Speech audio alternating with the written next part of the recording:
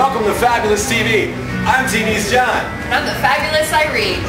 This is our very first real live episode. How are you this week, Irene? I'm okay. I've been a little sick under the weather, but I'm doing okay now. How about you, TV's John? I think most of my friends have been sick. Yes, I think it's going around. It was a lesbian makeout session the other Wednesday night. Yeah, I seem to have missed that myself. It was here at our bar, which is where we are right now. I was singing karaoke, and speaking of karaoke, our big guest tonight is Chris Bickle, Mr. B of Mr. B's Good Time Karaoke Explosion. Karaoke Explosion, thanks for coming out tonight! Woo! Coming to us live tonight, somewhere in England, is Spike DeKizzle. He couldn't be here this week, but he is live in England. Breaking my heart by not being here. We're going to go to him right now. Oh, good. I can't wait. Spike.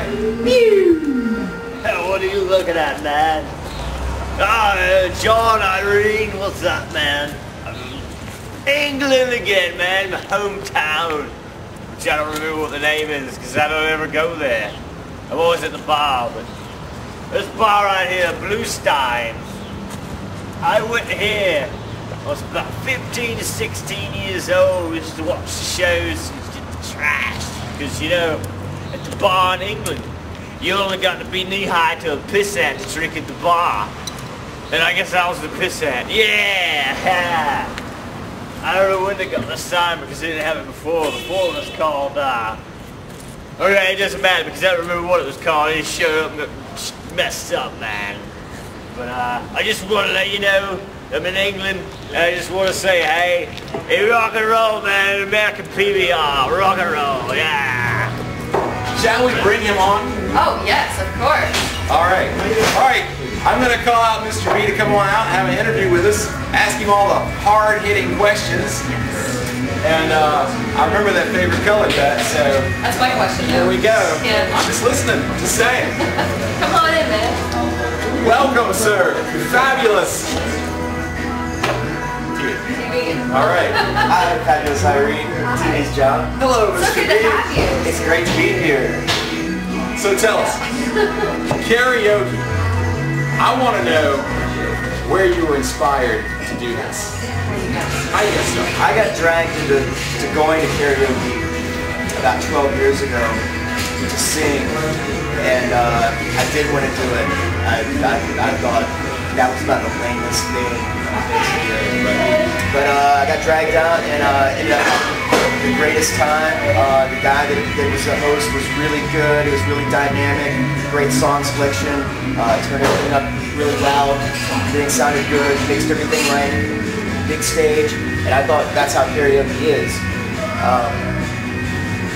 Eventually that bar closed and that guy was gone. And then I went to other karaoke joints for like 10 years and realized that's not how karaoke is. Like, it sucks.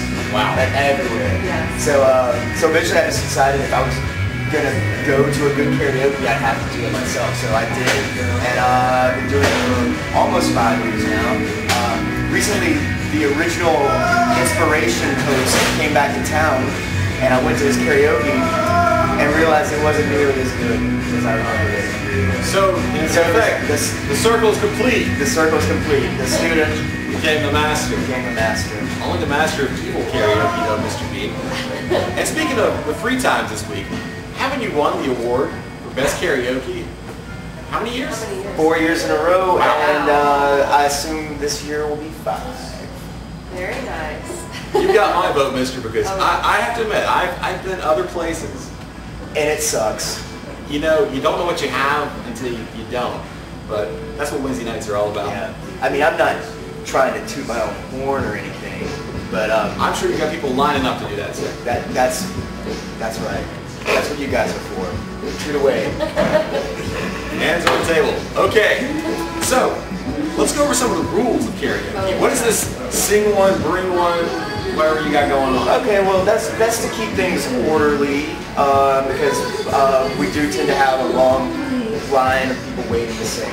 So I asked that you turn in one song and then you can turn in another song when you come up to sing. And I keep you in the rotation, you know, and you know, you can hand me your song when you come up to sing, because if you waited 2 hours to sing, at that point you might realize, I'm not going to wait around another 2 hours. But maybe you're feeling good and you want to wait around another 2 hours to sing. Or maybe you can't drive home with $2 liquor and you end up staying around anyway. Sober up. So,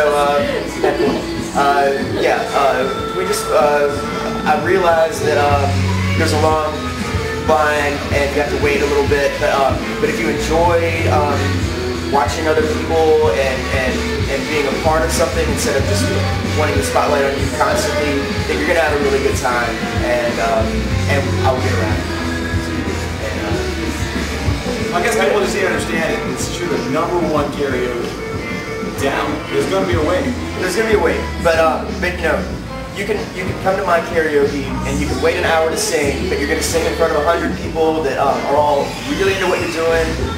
They're really warm. They embrace you. They applaud. They cheer, and they pay attention. Or you could go down the street to any number of places where there's like 2 people in the bar, like being sad and miserable, not paying attention to what you're doing, and you get to sing 10 times that night and knock yourself out. You'll have a great time. Wow. What are the do's and don'ts of your karaoke? Do's and don'ts. That's pretty open-ended. I know the do's. Okay, always tip your host with alcohol shots or cash. And be courteous to others. If you see that I've already had a number of alcohol shots, be kind with that. that can get out of control. And thank you for saying tip your host, because I'm technically, by the law of class, which I have lots of, am not supposed to say tip me.